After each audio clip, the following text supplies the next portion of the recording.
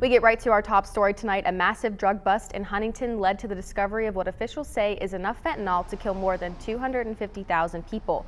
U.S. Attorney Mike Stewart announced the operation that resulted in nearly 100 people being targeted for multiple arrests with narcotics, violent crime, and firearm charges. More than 200 federal, state, and local law enforcement officers took part in today's takedown effort. It is believed that today's actions will dismantle the Peterson Drug Trafficking Organization, a major multi-state heroin and fentanyl distribution network. Thanks for joining us tonight. I'm Taylor Long. Following this massive bust downstate, we decided to talk to officials in the Northern Panhandle about their thoughts. They tell us while they're very proud of the efforts in Huntington, they weren't too worried about those drugs making their way here. Brooke County Sheriff Larry Palmer tells us Jefferson, Brooke, and Hancock counties are usually hit by dealers out of Chicago, while Belmont, Ohio, and Marshall counties usually get hit by Cleveland dealers. But Palmer tells us even though this bust didn't have a direct impact on the Ohio Valley, he wants to congratulate the 200 officers. Palmer believes this bust put officials one step closer to eliminating the drug epidemic in West Virginia. It really is a combined effort amongst the criminal justice system in our state and the federal government to make this work. And I congratulate them because that's that much more drugs they've taken off the street and lives that they're going to save. Palmer wants to congratulate officers for their teamwork. He believes working together across borders is vital to ending the drug problem. Moundsville police are investigating after an incident involving a child that took place on Saturday. Chief Tom Mitchell says a family was at Dairy Queen when a man pulled his car next to an outdoor area where a family was eating. He says the man then attempted to call a 5-year-old child to his car before his mother called the boy back over. The family says the car was a white Chevy Cavalier and a black man was driving. Chief Mitchell says he isn't aware of any other instances at this time, but police are searching for the man and questioning. I don't think that we're, throwing out the alarm at this point, APB looking for this guy, but we're going to locate him. I have great confidence in that because of some investigative tools that we have at our disposal and some things that my detective's working on. We're going to locate him in the next day or so. But yeah, you should always be aware, know who's around your children. Chief Mitchell also says to make sure you remind your children to stay away from strangers. If you have any information about this incident, call Moundsville Police or our Laudamus Security Crime Fighters tip line at 1-800-223-0312. Your call will be kept confidential. A Belmont County family is living in anguish since their son disappeared 3 months ago.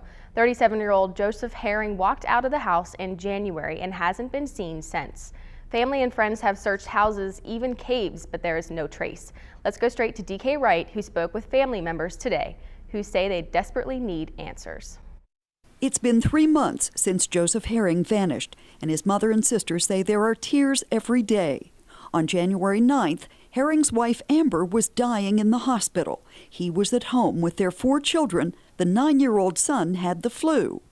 Joey came out in the kitchen and asked him if he wanted something. They are grateful to the Martins Ferry school system for their tremendous and ongoing support for their family. If anyone has information about what's happening to Joseph Herring, here's the number to call. It's 740-340-8855. That number is also on our website at WTRF.com. New details on Friday's brush fire that Wheeling Fire Chief Larry Helms is calling the biggest he's seen in his career. He believes the fire started from the small fire that got out of hand. He says he doesn't think it was malicious and was probably accidental, but it ended up ripping through 5 to 10 acres in Wheeling. Chief Helms says their department trains primarily in structural firefighting, so they took those tactics onto land, attacking from the origin of the fire off of Wagner Street and from the top part of North Park. Amazing work by our crews, working on some of the steepest conditions in the city and performing quite well. We had upwards of 7,000 feet of hose stretched out. On Saturday, Helms says crews actually went back out to dig up stumps that were still hot.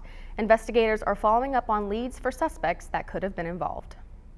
Turning our attention to your forecast now at 6, we woke up to more snowflakes this morning, which has many people asking when will the warm weather arrive. You're taking a look outside where it's still pretty gloomy and cold. What can we expect tomorrow? Let's check in with Chief Meteorologist Dr. Dave Walker with a first look at your forecast.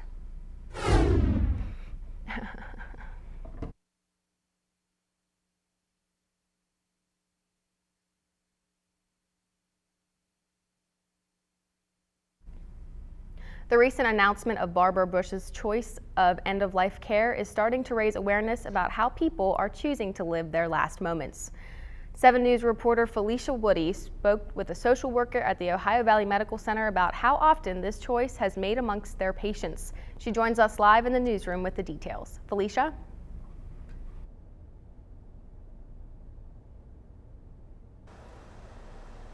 We all have choices, and the fact is,